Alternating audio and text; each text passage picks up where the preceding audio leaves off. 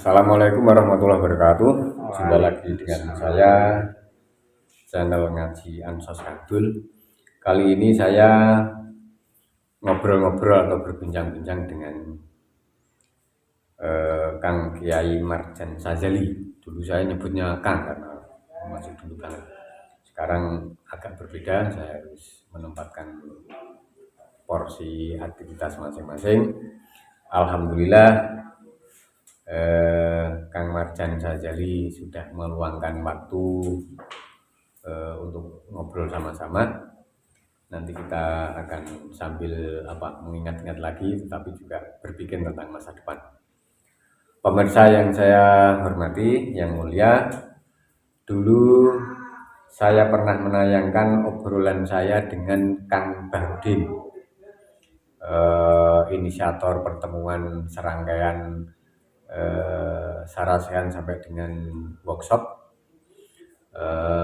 saat itu, dan Kang Bahrudin menjadi posisi saat itu dan bahkan sampai sekarang mungkin itu second linernya Pondok Pesantren Hidayatul Muhtadin, juga termasuk inisiator pendiri BP2M, Biro Pengembangan Pesantren dan Masyarakat, yang kegiatannya seperti sebagian sudah saya sampaikan.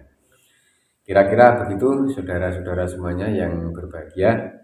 Sekali lagi, kali ini saya berbincang-bincang dengan Kiai Marjan Sazali yang merupakan peserta awal dari Sarasehan Sarasehan santri Kitab Kuning dan Kepedulian Sosial saat itu Pak ya, di Pondok Jedis Mbak Barokah Makmur. Tentu banyak kenangan, banyak pengetahuan yang didapat dari serangkaian kegiatan dari mulai Sarasehan sampai ke workshop tersebut.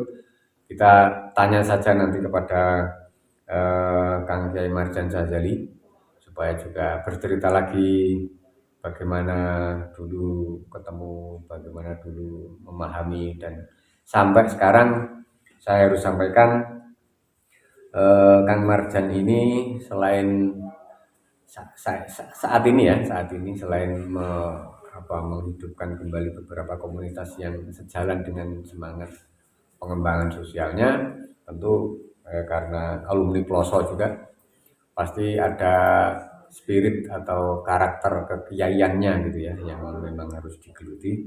Oleh karenanya ini nyambung. Kalau dulu sebagai peserta yang saat itu masih santri Pak ya, masih santri muda, karena hitung-hitung sudah 25 tahun lebih. Sekarang sudah berbeda, tentu ini juga akan menambah, tetapi bahwa kesan-kesannya pasti ada, masih terbesit dalam pemikiran, untuk kemudian bagaimana kita gugah lagi, kita kaji lagi supaya ini menjadi bermakna. Begini Pak Marjan Sazali, dulu kan ikut seminar di Jedis itu ya? Iya. Kesan apa yang ditangkap itu? Ya. Saat itu. Assalamualaikum warahmatullahi wabarakatuh. Waalaikumsalam warahmatullahi wabarakatuh. Betul sekali Bang Dul, bahwa waktu itu dari kita sebetulnya saya lupa apakah undangan itu dari mana, tapi yang jelas waktu itu ada seminar dengan narasumber, pokoknya adalah almarhum Kiai Sahal Mahfud. Mbah Sahal Mahfud itu adalah sosok kiai tapi yang tidak menampakkan kekiaiannya, sehingga waktu itu kecuali orang-orang yang tertentu itu nggak kenal beliau. Sampai almarhum Mbah Zahir itu pernah menanyakan, kiainya yang mana? Padahal duduk di sampingnya, Mbak Sahal itu. Nah, itu menandakan bahwa kiai itu sangat sederhana dan tidak menonjolkan akan kekiaiannya. Cuma ketika beliau sudah berbicara tentang pondok pesantren dan kiai, itu sangat mengesan sekali bahwa kiai itu harus tahu pada zamannya. Ya, harus tahu pada zamannya. Ya, apa al-alim man ya'rifu bizamani. Al-alim man ya'rifu bizamani. Orang yang alim itu adalah orang yang tahu tentang di mana dia hidup, dalam era apa, dalam masa apa dia hidup. Sehingga beliau yang sangat mengesan saya itu bahwa beliau menekankan akan kiai itu akan membicarakan tentang masa-masa yang dihadapi oleh masa itu.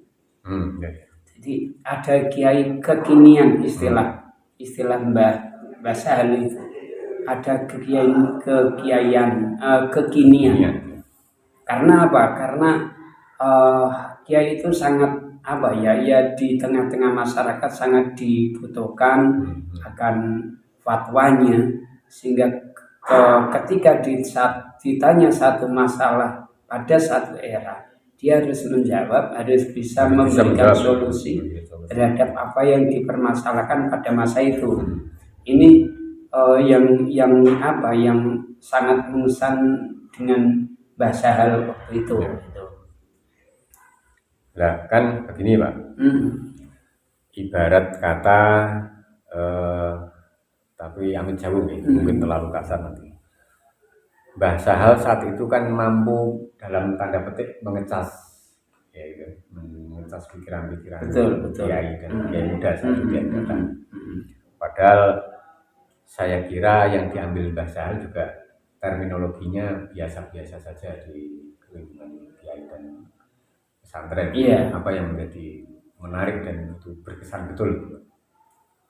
Ya itu tadi tentang yang paling yang harus bisa kiai itu, ini yang menjadikan motivasi daripada kiai-kiai muda itu adalah bagaimana bisa menghadapi satu problem di satu masa, sehingga nanti akan menjadi semacam kayak tumpuan, dimana kiai itu memang sejak dulu itu kiai menjadi tumpuan. Nah sekarang sudah bergeser, kan mulai era itu peran daripada kiai yang menjadi tumpuan sepenuhnya oleh masyarakat itu sudah bergeser. Bergesernya begini, dulu ketika kiai dulu itu ketika ditanya masalah apapun bisa dijawab oleh kiai itu sendiri, sampai misalnya masalah penyakit. Kiai, anak saya nggak bisa tidur, tanyanya pada kiai. Kiai, anak saya panas. Kiai, anak saya rewel terus. Hampir semua problem. Semua problem kehidupan itu mesti nanyanya pada kiai. Nah sekarang sudah bergeser, yang kebanyakan sekarang yang ditanyakan ke kiai itu hanya masalah-masalah agama yang dihadapi, masalah-masalah hukum. Nah, tapi sebetulnya ketika Mbah Sahal itu mengajak jangan sampai tergeser terlalu jauh gitu. Ada jarak jangan ada jarak terlalu jauh, sehingga Mbah Sahal yang banyak ditekankan adalah itu tadi, menjadi seorang kiai yang masa kini bahkan bisa masa depan, tidak hanya kiai yang masa lampau. Kalau kiai yang masa lampau kan hanya menjawab dari pertanyaan-pertanyaan tentang hukum, itu kan hukum kan sudah lampau kan. Yang berdasarkan kitab ini. Lain itu banyak kiai-kiai yang nggak bisa memberikan solusi. Nah dari seminar itu sehingga menjadi nanti ada ke depan ada follow up-nya. Nah, ada follow up daripada pertemuan itu. Nah, timbullah tadi yang disampaikan adalah eh, ada apa pembelajaran secara periodik dengan nama Nadika itu. Ya, oke. Nadika itu singkatan dari Najwa Dirosah dirosah keulamaan. keulamaan yang menyelenggarakan serangkaian kegiatan itu, pemirsa semuanya. Jadi saya ulangi lagi, dari mulai pemantik awalnya ada semacam seminar sarasehan gitu Ya, ya, sarasehan. kemudian ditangkap karena itu memang menarik dan memang harus seperti itu peran-peran kiai supaya bisa menjawab tantangan zaman pada zamannya. Ya. Oleh karenanya kemudian diurai apa sebetulnya persoalan zaman yang menghadang atau yang berada di saat Ya. itu. Kita bisa tengok dulu karena saat itu sekitar tahun 90-an ya, 90-an itu masih pada persoalan kepemimpinan di Orde Baru. Saya kira juga kita semuanya ingat betul bahwa saat itu memang harus baru digencar-gencarkan pembangunan oleh Pak Harto saat itu. Nah, bisa jadi kiai atau kiai muda second linernya di pesantren atau kiai kampung itu juga mulai harus menjawab bahwa bagaimana sih peran kita ini. Nah, otomatis itu akan terkembali kepada permasalahan-persoalan yang ada di komunitasnya sendiri-sendiri yang kemudian dicari tahu apa solusinya. Kira-kira dulu kan Pak ya, populernya atau terkenalnya dengan sebutan pemberdayaan masyarakat di masyarakat sekitar itu, supaya ini juga bagian dari peran kiai yang diberikan kepada masyarakat, gitu Pak ya. Iya, betul. Ya, makanya kemudian dari eksplorasi yang tingkat awal tadi berupa sarasehan, seterusnya nanti juga saya akan hunting lah istilahnya gitu ya. Karena alumni Nadika itu salah satunya Pak Kiai Marjan Sazali ini, mungkin yang lainnya masih banyak lagi, memang harus saya wawancarai supaya terkumpul lagi informasi memori-memori itu sehingga ke depan bisa dirangkum dan menjadi acuan juga kira-kira gitu ya Pak Marjan. Itu kira-kira terima kasih yang sudah diberikan kepada kita semuanya untuk pemirsa semuanya. Kali ini memang tidak semuanya karena pasti alumni-alumni itu banyak sekali. Saya bisa jadi untuk edisi yang keberapa kali Pak Kiai Marjan juga masih saya tanggap gitu ya. Siap. Supaya mengingatkan kita semuanya. Karena yang justru yang mempunyai memori yang paling kuat adalah peserta sarasehan sampai dengan dirosah daurah-daurahnya itu Pak ya. Itu kira-kira untuk edisi kali ini. Selanjutnya akan kita sambung lagi dengan